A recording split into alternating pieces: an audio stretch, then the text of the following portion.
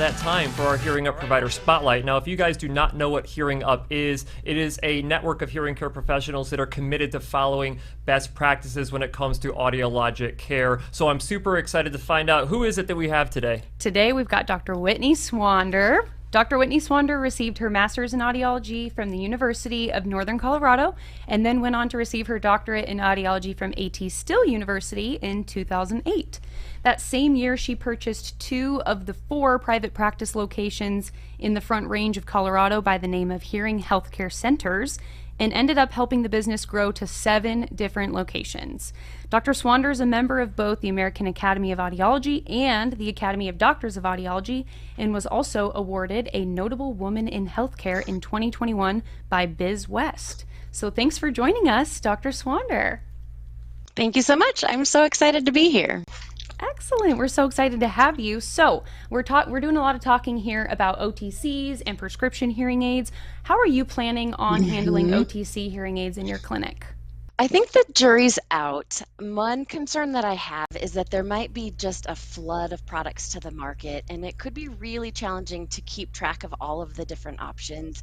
As we know, it can be challenging to have repair forms accessible to all of the manufacturers that currently exist, and there are only a handful of those to worry about. So if there are now, dozens and dozens of new products on the market, trying to keep track of all of them, keep parts or any support in the office is going to be really challenging. Yeah, I don't disagree with you there at all. I think that there's going to be definite logistic issues inside the clinic, at least starting out trying to figure out how we navigate all of this, right? So is it even possible to follow best practices when it comes to OTC hearing aids? What's your opinion on that? That's also a really good question, and I still think the jury is out with that as well.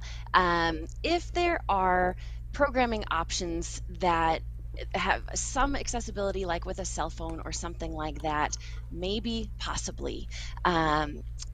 But I don't know if a cell phone app is going to be able to provide the customization, the personalization, and the sound quality options in terms of the technology that exists to shape to a prescription, to reach real-ear targets.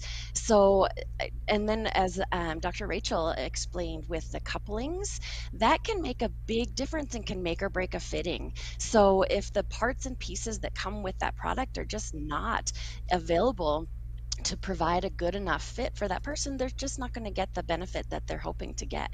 Right. Yeah, I've tried to manipulate direct-to-consumer devices, and again, I want to make sure that we're clear here. A direct-to-consumer hearing aid is not an official over-the-counter hearing aid. Different. They are different, and we won't officially have over-the-counter hearing aids really probably until October of this year or later. And I've struggled with some of the DTC devices. What I'm really hoping is that we start to see an improvement in these companies understanding that these individuals, they're not one size fits all. Like, even OTC devices are going to have some level of customizability. And I think we were talking about this the other day about how do we even run a test box measure on an OTC device if we have no way to put it into manufacturer settings, right? Very good point.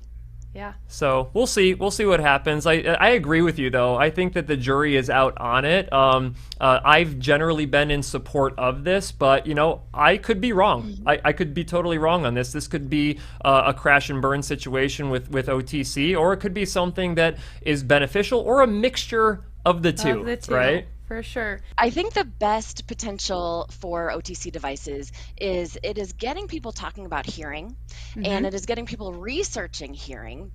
And when they do the research, there's so much out there now about the relationship between untreated hearing loss and cognitive issues, memory loss, leading to dementia, Alzheimer's, also social isolation, depression, things like that. So when people really start looking into it, even if they had the perception of, oh, I just need a little device to get me by some of the time, they might realize, wow, it's a bigger problem than I thought. It has more impact on my life than I thought. And maybe I really am worth the investment in a prescriptive device. Yeah, excellent points there. Do you think that there's some, like mirroring of what happened with OTC eyeglasses when it comes to OTC hearing aids? Do you think there's some similarities there? There are, in terms of people, well, I think people perceive a similarity between them. I think what they're going to find is that there's not so much Hmm. similarity. Hearing is just not as simple.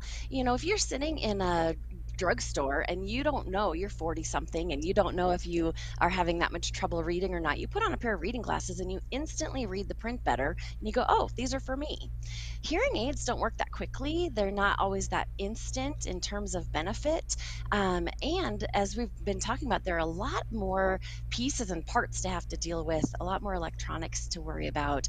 And it's not going to be just a quick and easy, yes, this is what I need. It's going to do the trick for me. Yeah, all very valid points for sure. Super valid. Yeah, I completely agree with you there. I can't even remember the last time in clinic that I fit same device with the same receiver wire, with the same acoustic coupling, with the same programming settings, with the same. It doesn't happen. It is so individualized. It is so customized that I do agree there are just way too many variables to say it's as easy as getting a non-prescription pair of lenses. So And, I think there are some people who they're down for getting 50% of the benefit or 20% of the benefit. Like Yeah. there are people out there like that. I like to be sensitive to that mindset as Yep. well of individuals. If it's a more accessible and affordable option for them, to let them kind of take that potentially a stepping stone, or maybe that's the end game for them, right? yeah, yeah, totally Sure. fine. I mean, time will tell Absolutely. for sure. Yep. Okay, well, where can people go to learn more about you and about your clinics? So we have 7 locations in Colorado. Our website is hearinghealthcarecenters.com. And I did notice, I don't know if this was my fault, but a typo in the phone number. So the phone number on the screen, it is actually supposed to be 303-558-5811. So sorry Okay, about one more that. five in there. Let me repeat that. So the phone number for the hearing healthcare centers in Colorado is 303-558 There we 5811. go. There we go. We There fixed we go. it. Fixed There it. we go. Look at Perfect. you. Thank you.